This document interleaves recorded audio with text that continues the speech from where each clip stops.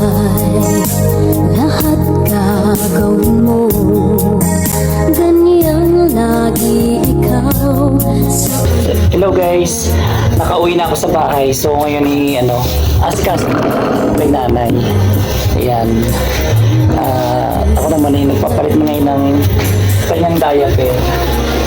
At puno na yung kanyang diaper ngayon. Ayun, dumaan na rin ako sa grocery. Binili ko na rin siya bili ako ng tasty. Ayan. Napamerienda ko na rin siya, kaya may bawas na. Ayun. Also, binili ko rin siya ng kanyang, syempre, ang mga pasalubong mo sa kanya. Biskuit. Ayan.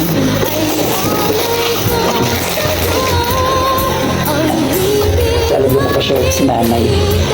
So, binili ko siya ng pita. Ayan, biskuit. Ayan ayan, stock. Ito po ay stock na rito kapag nauubusan ng tinapay.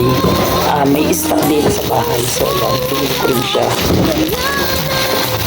Pita, ayan. So, pag naubos to, ito naman yung gagamitin nila dito kapag halimbawa ako yung may duty, ganyan.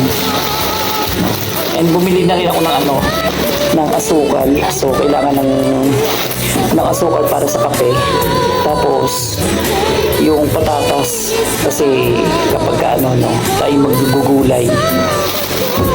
Tapos, binili ko rin siya ng kanyang Yakult. Ayan. So, maganda to para sa kanyang katawan. So, yun. Kahit pa paano naman nakabili ulit tayo ng pangangailangan sa bahay at ng kay nanay. So, yun.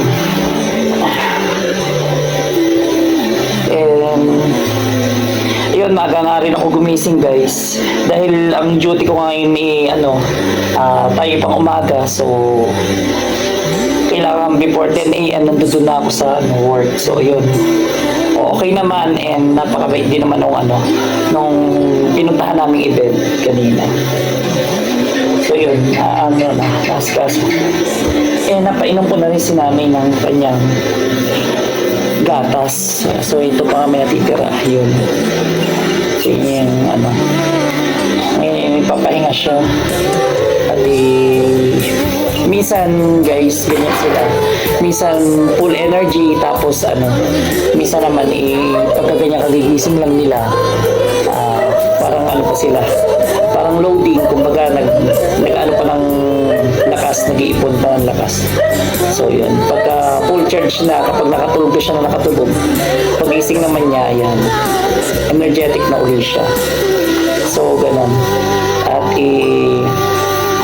okay naman ang duty natin at natapos din ang maghapon okay naman. So ayan, at bukas wala na naman tayong work, no. So tuloy-tuloy na naman tayo sa pag-aasikaso rin sa bahay at kay nanay. So ayun. At ang tatay nakapagluto na rin ngayon siya na nagluto nung ulam yung dinaing ko kanina. So bago ko umalis, kanina habang ako'y namamadali na, nagdaing muna ako guys, no. Yung dinaing na yun yung ulamin naman ngayong gabi. So nagluto si tatay. Ayun, okay na, kakain na lang. Pero ako muna ang nanay naman na ibusog kasi pinakain ko nga siya ng tasty na pasalubong ko. Tapos ako naman ay mamaya nakakain. So kapahinga muna ako dahil maaga pa rin ako na nagising at pagod din. So ngayon papahinga muna. And update ko na lang po kayo.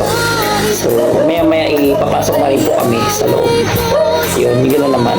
And uunat-unat ko lang ng aking likuran. So bye-bye guys, maraming salamat po sa laging pagsuporta ninyo. Ayan. At lagi kayo nandiyan. So, nababasa ko lahat yung comments. Hindi ko lang po maisa-isa. Ayan. Pero, taus-puso po ako magpapasalamat. Ayan. Thank you so much guys. Bye-bye. God bless. Tulad mo